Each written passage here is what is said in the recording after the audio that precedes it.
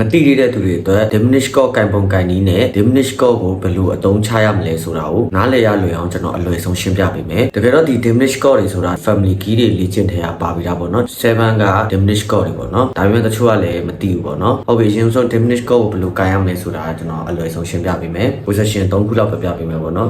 key D ရှိတယ်ကွာkey D ကိုအပေါ်တူးလိုက်ဒါမျိုးကီတီတပုံစံနဲ့ပဲပေါ့နော်အပေါ်ကျိုးတွေတချိုးချင်းတူးလိုက်မယ်ဒါဆိုရင်လက်ညှိုးက4ကျိုး2ကွက်ရောက်သွားမယ်လက်ခလေက2ကျိုး2ကွက်ရောက်သွားမယ်လက်တကြွယ်က3ကျိုး3ကွက်ရောက်လာမယ်လက်ညှိုးက E နှုတ်ပေါ့နော်အဲ့ဒါဆိုရင် E ဒင်းပေါ့နော်ဟုတ်ပြီဒီလက်တန်းကို1ကျိုးရဲ့3ကွက်ကိုထောက်လိုက်မယ်ဆိုရင် diminish 7ဖြစ်သွားတယ်ပေါ့နော် E dim 7ဖြစ်သွားတယ်ပေါ့အဲ့ဆိုရင် position တစ်ခုတည်ရွှေ့သုံးလို့ရတယ်ဥပမာ E dim 7ပြီးရင် F dim 7ပြီးရင် G dim 7A dim 7အဲ့လိုမျိုးရွှေ့သုံးလို့ရတယ်ဒီ position တစ်ခုတည်းဟုတ်ပဲဒါ position တစ်ခုပေါ့နော်ပြီးနောက်တစ်ခုကဘာရှိမလဲဆိုတော့ဒီ D minor ကင်ပုံကင်ဒီတိုင်းဟုတ်ဒီတပုံစံနဲ့ဟုတ်ပဲဒီအပေါ်မှာပြောင်းကင်လိုက်မယ်5ကျိုးကနေစလိုက်မယ်ပေါ့လက်ခလေကဒီ5ကျိုးရဲ့2ကွက်ကိုရောက်ပါမယ်လက်ညှိုးကကျတော့3ကျိုးရဲ့1ကွက်ကိုရောက်မယ်လက်တကြွယ်ကကျတော့4ကျိုးရဲ့3ကွက်ကိုရောက်မယ်ပြီးလက်တန်းကျတော့2ကျိုးရဲ့3ကွက်ကိုထောက်ဒါဆိုဒါ B dim 7ပေါ့ဒါ B နော်အဲ့တော့ B dim 7အဲ့တော့ B ရပြီဆိုရင်ဒီမှာ C ရမယ် C dim 7ပြီး C sharp D dim 7 D sharp E dim 7အဲ့လိုရွှေ့သုံးအောင်လို့ရတယ်ပြီးနောက်တစ်ခုဒီတစ်ခါတော့ beginner တော့ဆိုနေနေကန်ရခတ်နိုင်တယ်ဒါပေမဲ့လေ့ကျင့်ကြည့်ပေါ့နော်သူကကျတော့ဒီ G ကိုင်ပုံကန်ဒီအတိုင်းပဲ G ဒီလိုကိုင်ထားပြီဆိုရင်လက်တကြွယ်ကို3ကျိုးရဲ့3ခွက်မှာထောက်လိုက်ပြီးရင်ဒီလက်ညှိုးကဒီလိုကင်ထားတဲ့ဟာကိုဖြောင်းရင်အပြည့်ပေါ့နော်ကျိုးတွေအားလုံးဖိထားရမယ်အဲ့တော့ဒီလိုဖြစ်မယ်လက်ခလေက6ကျိုးရဲ့3ခွက်မှာလက်ညှိုးက5ကျိုးရဲ့2ခွက်မှာမလားအောက်က5ကျိုးလုံးဖိထားမယ်ဒီလက်ညှိုးက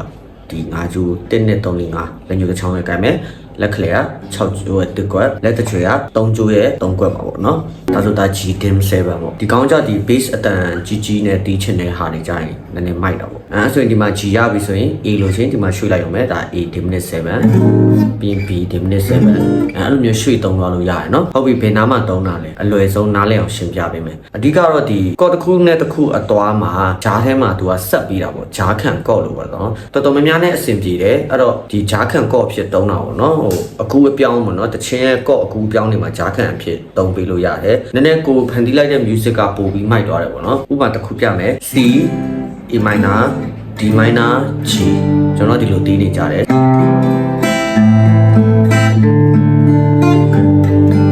အဲ့ဆိုရင် C ရ1 D minor 2 1နဲ့ 2ဖြစ်နေသူတို့နှစ်ခုကော့ကအဆင်လိုက်ပေါ့နော်ဒီလို1ပြီး2အဆင်လိုက်ဖြစ်နေကွာအဲ့တော့ဒီလိုအလွယ်စဉ်းစားကြည့် A B C D အဆင်လိုက်ပဲ C ပြီး D လာတယ်အဲ့ကဲ့ရဲ့နှစ်ခုအဲ့တော့ A minor မှာ3မိနစ်အဲ့ညမှာ C နဲ့ D ကြားထဲမှာ C sharp ရှိတယ်ကွာ C sharp ထင်သုံးကြည့်မယ်ပေါ့ပုံမှန်ဒီလိုဖြစ်နေတဲ့ဟာကို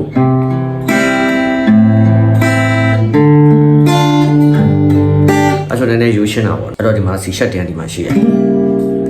ဟုတ်ပြီနော်အဲ့တော့ဒီလိုဖြစ်မယ်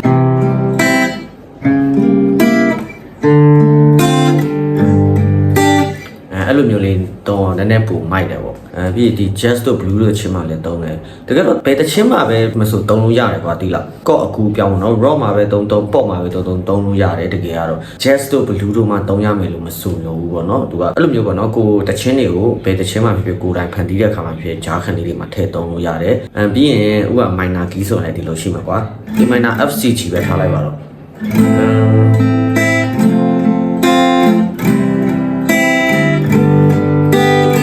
အဲ့ဆိုရင်တခြားတတိထားကြည့် A B C D E F G F နဲ့ G နဲ့က F ပြီး G လာတယ်ကွာအဲ့တော့အမှဂျားခံသုံးလို့ရပြီ F ပြီး F sharp ရှိတယ်ပြီး G လာတယ်အဲ့တော့ C မသုံးတော့ C ကိုဖြုတ်လိုက်မယ်ဒီနားမှာဒီလိုလာလေ A minor F C G ဆိုဒီ C အစား C ကိုမသုံးတော့ဘူး C ကိုဖြုတ်မယ် F sharp တင်သုံးမယ်ပေါ့အဲ့တော့ A minor F sharp diminish ပြီး G